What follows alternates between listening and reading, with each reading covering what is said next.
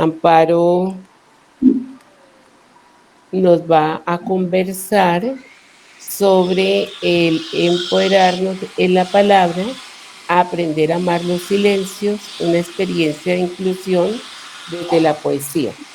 Yo, digamos que son tantísimas las cosas que tuviera que decir para presentar a Amparo en términos del aporte que esta poetisa maravillosa ha venido haciendo a la comunidad no solamente del Huila, sino de muchas latitudes donde ya ha tenido la oportunidad de interactuar.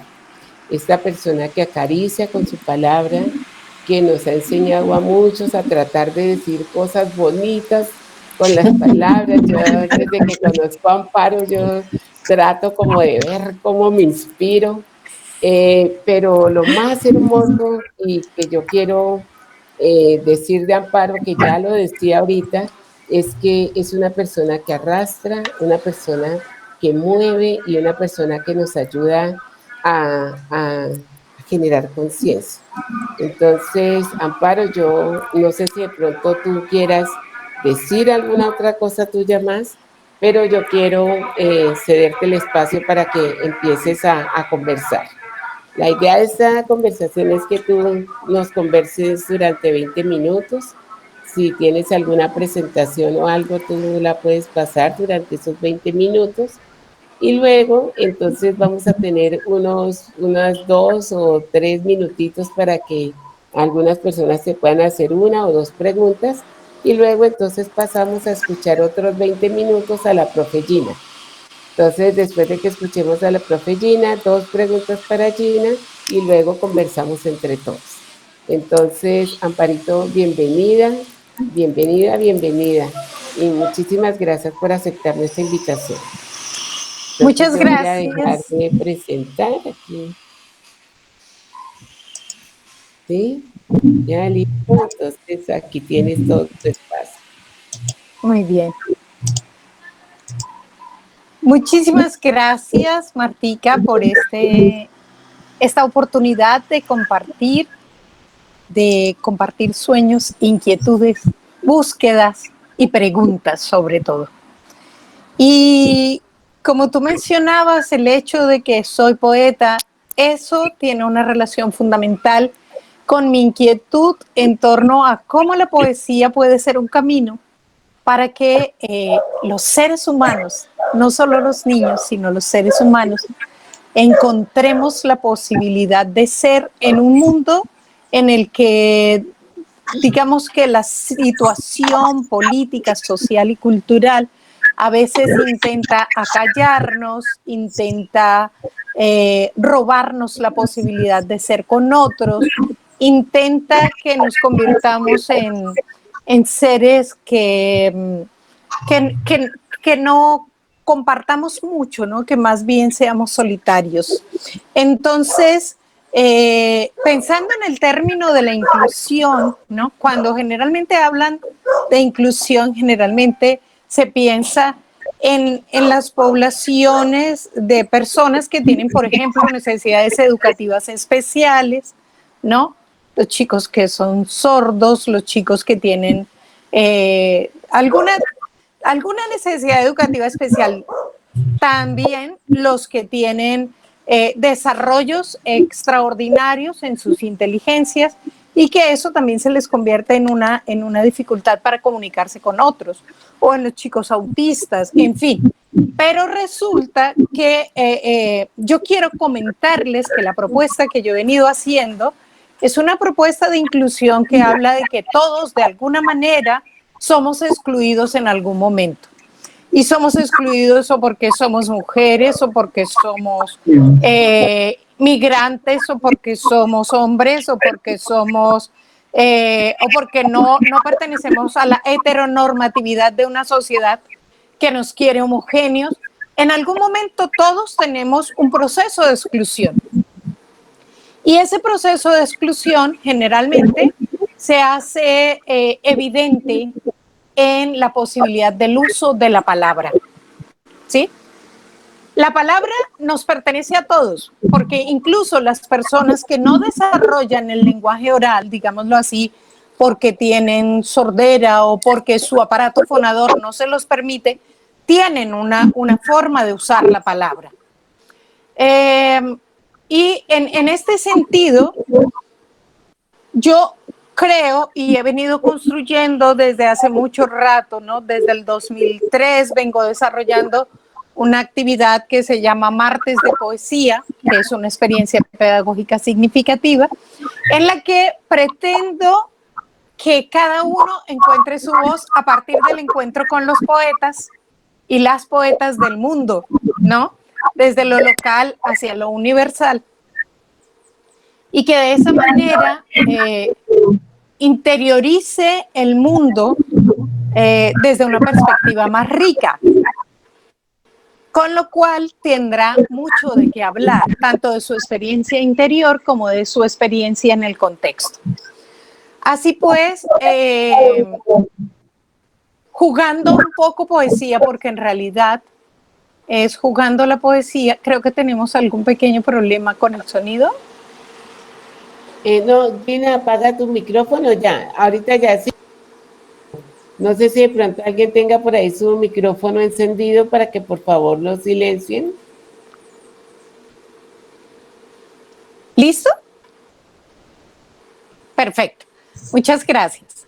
Entonces les estaba diciendo que yo partía del hecho de que todos de alguna manera hemos sufrido procesos de exclusión y que el buscar la posibilidad de empoderarnos en la palabra para comunicar lo que sentimos, lo que nos duele, lo que nos acosa en la noche, en la angustia, lo que nos acosa también por la dicha, porque queremos manifestarlo, encuentre un camino a través de la poesía. ¿Y por qué la poesía? Bueno, la poesía, en primer lugar, los poetas y las poetas del mundo hemos tenido la responsabilidad de cuidar el lenguaje. Eugenio Montejo, el poeta venezolano, decía, cuando alguien lee o dice poesía, lo que hace es que la palabra se yerga, ocupe su lugar importante en una sociedad en la que el ruido a veces no nos deja escucharnos. Entonces, por un lado está esa enorme responsabilidad de los poetas de cuidar el lenguaje. La poesía hace que el lenguaje se enriquezca todos los días porque no es monofónica, es polifónica, o sea, nos permite escuchar todas las voces. Y cuando iniciamos esta conversación, Martica hablaba de la necesidad de pensar la interculturalidad y efectivamente la poesía nos da esas opciones, o sea, nosotros podemos conocer el mundo a través de la poesía, porque además en la poesía el lenguaje es más allá de lo que realmente las palabras en principio nos dicen.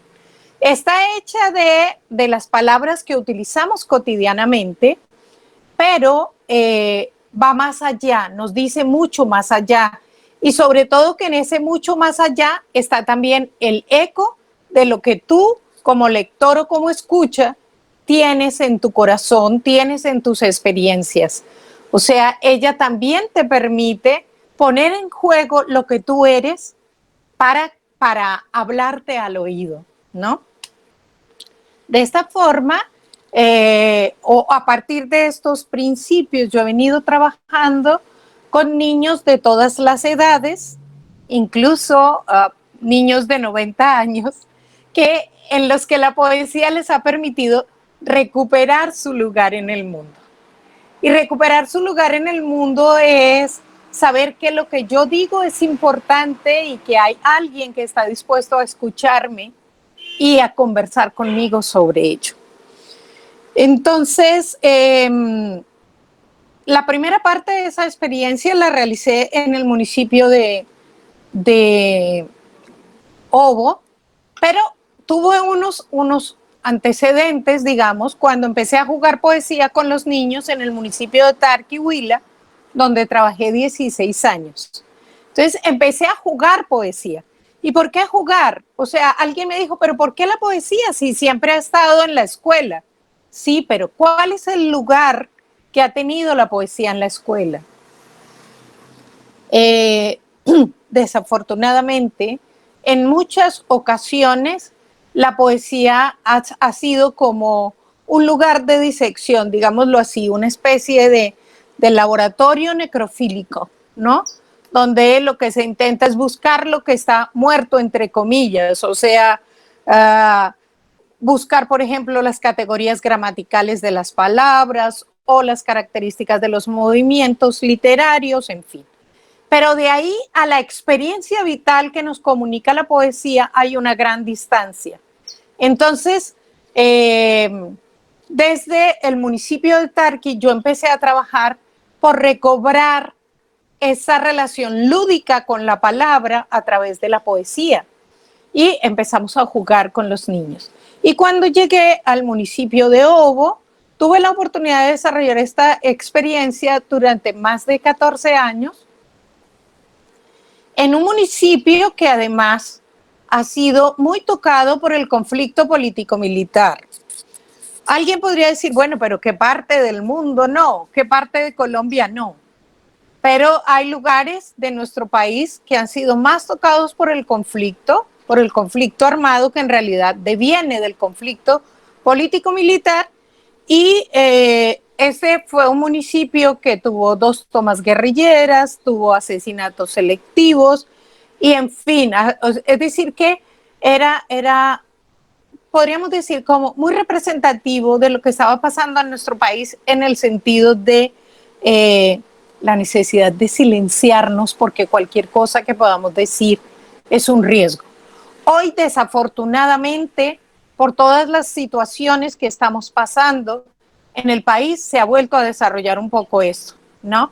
O sea, hemos visto las masacres que se han dado, los asesinatos selectivos, los asesinatos de los líderes sindicales, pero ustedes podrían decirme, bueno, pero ¿qué tiene que ver eso con la inclusión y con la poesía?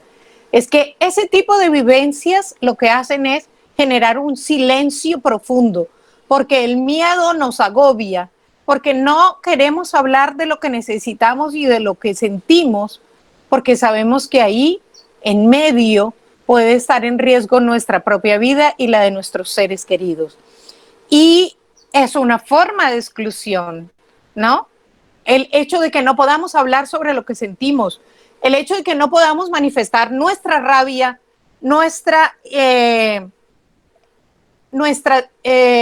el sentirnos indignados por la situación de nuestro país y de nuestras comunidades es una forma de exclusión bastante evidente. Pero la poesía tiene la ventaja de hablarnos de algo sin que parezca que estamos hablando de ello, ¿no? He ahí, por ejemplo, que durante la dictadura en Argentina, el rock en español tuvo un desarrollo, un auge maravilloso.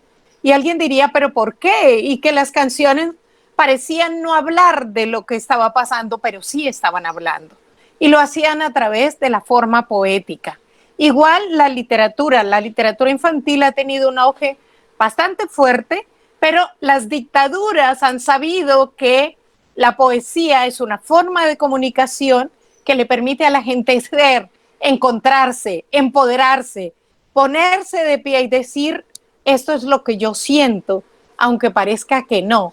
Por eso, durante la dictadura franquista también fue prohibida la poesía en las escuelas y fue cuando Celia Viñas Olivella, una poeta maestra, decidió empezar a jugar con la tradición oral, pero convirtiéndola en otras formas, o sea, jugando con la tradición oral, hizo que la poesía estuviera presente en la escuela y pareciera que no era un elemento que pudiera atentar, digamos, contra lo que la dictadura quería, ¿no? Entonces, en esta tarea de buscar siempre una forma de comunicar lo que sentimos, aunque parezca que está prohibido hacerlo, bueno, la literatura juega un papel muy importante y yo hablo de la poesía no solo como la forma poética, o sea, no solo como el poema reconocido, digamos, la oda, el madrigal, el haiku, sino como la poesía en esencia. Y así la encontramos en diferentes textos literarios. En este momento, por ejemplo, tengo aquí un libro que se llama Un hueco, que es de una autora, Yael Frankel.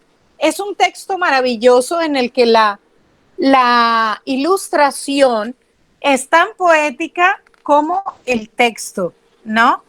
Y aparece aquí, voy a leerles solo 2 páginas. Dice, se fue, ¿alcanzan a ver el dibujo? Ok, se fue Sí. y en su Señora. partida se llevó algo mío. Se llevó algo mío. Aquí ven ustedes ese algo que se fue llevándose algo mío. Me dejó un hueco. ¿Vieron el hueco ahí? Sí, señora. Y ahora trato de llenarlo. Tratan de llenarlo. Y no les voy a leer más de este libro, pero se los recomiendo mucho, porque todos en algún momento hemos sentido un hueco en nuestro corazón, en el estómago, un dolor que nos ha dejado la ausencia de alguien. Pero no solo la poesía nos permite hablar de esas ausencias. Fíjense que en ningún momento nos dijo qué tipo de ausencia era, pero está ese algo que se llevó. Y quiero compartirles ahora este libro de poemas de la chilena María José Ferrada. Gina seguramente habrá oído hablar de ella. Es una escritora maravillosa de grandes premios. Este libro se llama El idioma secreto, que fue Premio Ciudad de Orihuela. Y voy a leer el primer poema que aparece aquí. Dice, el idioma secreto me lo enseñó mi abuela y es un idioma que nombra las plantas de tomate, la harina, los botones. Un día me llamó, me dijo que antes de que la muerte se la llevara, quería entregarme algo. Mi herencia era una caja de galletas con ovillos de lana y boletas de ferretería. Ahí dentro estaban las palabras. Y en ese pequeño poema, quizá podemos reconocer todos la herencia que alguien nos ha dejado. Quizá no nos lo entregó en una caja de galletas, ese es solo un símbolo, pero ahí está la historia personal, familiar y social de todos, ¿verdad? Entonces, en esa medida, en la medida en que íbamos conociendo poetas distintos, de diferentes latitudes y de diferentes tiempos, los niños iban aprendiendo a ver más allá de la realidad, más allá de la palabra, y a jugar con la palabra como lo hace Alejandro Magallanes en este libro, que dice, temido, observan la imagen del temido, y aquí está temido para hablar de un concepto matemático, ¿no? Y cómo las palabras van tomando otros sentidos. Este es un libro maravilloso de Alejandro Magallanes que se llama Ben Hada y que partió de un poema titulado Nocturno, en la que dice, y mi voz que madura, y mi voz que madura, y mi bosque madura, y mi voz quema dura. Fíjense que los 4 versos tienen exactamente los mismos sonidos y sin embargo los significados son totalmente distintos. Entonces es un poco jugar con las palabras que usamos todos los días para descubrir su potencialidad comunicativa para decir lo que tenemos dentro. Toda esa experiencia dio lugar a este libro que pudimos publicar con los niños. Este libro fue publicado en el año 2018, finalmente pudimos sacarlo a la luz pública y lo titulamos Creo en la poesía. Creo en el sentido de crear y de creer. Y aquí hemos hecho una selección de los poemas de los niños que empezaron a escribir desde cuando estaban en sexto de bachillerato, ¿no? y finalmente se graduaron en el 2012 y cuando se graduaron, el regalo fue ver la selección de poemas que ellos habían hecho y que habíamos tallereado con ellos. Porque no es que escribimos y ya pasó, no. Hay que vivir todo el proceso de la escritura, que es un proceso de elaboración no solo de la palabra, sino de nosotros mismos. Y entonces, este libro, Creo en la Poesía, antología de creación literaria, del taller de creación literaria de Martes de Poesía, ustedes quizá alcanzan a ver ahí la fotografía. Esa fotografía es del año 2003, en el que yo llegué al municipio de Obo y empecé a trabajar con los niños. Y luego ellos se graduaron en el 2012. Y aquí voy a leer, Martica, ¿quieres decirme por favor cómo estoy de tiempo?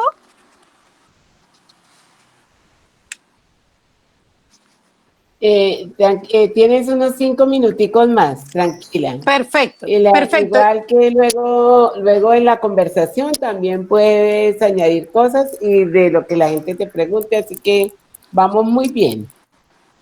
Perfecto, muchas gracias. Entonces les decía, Creo en la Poesía, en esta antología, nosotros presentamos los textos poéticos de los niños, ¿no? Que estuvieron trabajando en el taller de creación y en la presentación decimos que le procuraron a sus participantes la experiencia personal de adentrarse en sí mismos y recorrerse como el paisaje mismo que trasiegan a diario. Así convergen aquí las inquietudes amorosas, los temores, la soledad, el miedo a dejar de ser ellos, la admiración y, por supuesto, la violencia presente en un contexto atravesado por el conflicto político-militar. Espero que a cada uno de ustedes llegue la poesía y les lleve a vibrar entusiasmados en estos textos en los que sus autores, aunque no sueñan con ser grandes poetas, ahora saben que apropiarse de la poesía es abrirse caminos para ser más felices y construirse con paso firme en un territorio en el que han heredado muchos dolores, pero trabajan para sembrar sonrisas. Así que este libro en el que hemos organizado unos capítulos, voy a permitirme leer solo 2 poemas de los niños y, como decía Martica, quizá posteriormente podamos hablar un poco más sobre él. Entonces, por ejemplo, tenemos los arrullos que ellos escriben a unos hijos que sueñan, ¿verdad? Que todavía no eran en ese momento, pero que ya lo soñaban. Entonces, por ejemplo, Olga Lucía Luna Pillimue escribe Canción para un oveñito. Oveñito mío, cosecha de tabaco, duérmete en la casa, vives en el campo. Como cae la lluvia, te despertarás, pero con dulzura tú sonreirás. Y voy a leer un poema de los que forman parte del capítulo del dolor y algo más, de Juan Sebastián Plazas, que escribe La ventana del amor de mi madre. Dice, veo a través de la ventana cómo mi madre se va y veo las gotas de amor que se derraman en mi mirar. Muchísimas gracias.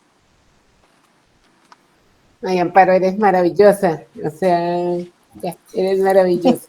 Mis aplausos aquí, ¿sí? Y los de todos los que están viendo.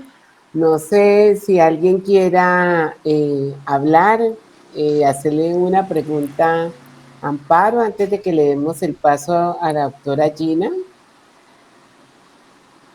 Alguien en el público, si quiere en el chat, también estoy aquí, puedo ver los comentarios que te hacen en Facebook, que están muy maravillosos. Me gustaría saber qué es oveñito. Oveñito. Oveñito.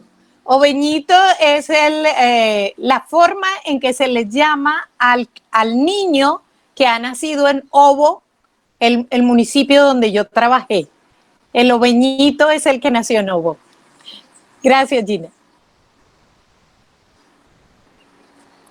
Sí. Bueno, aquí solamente eso hay saludos, felicitaciones, abrazos, cariños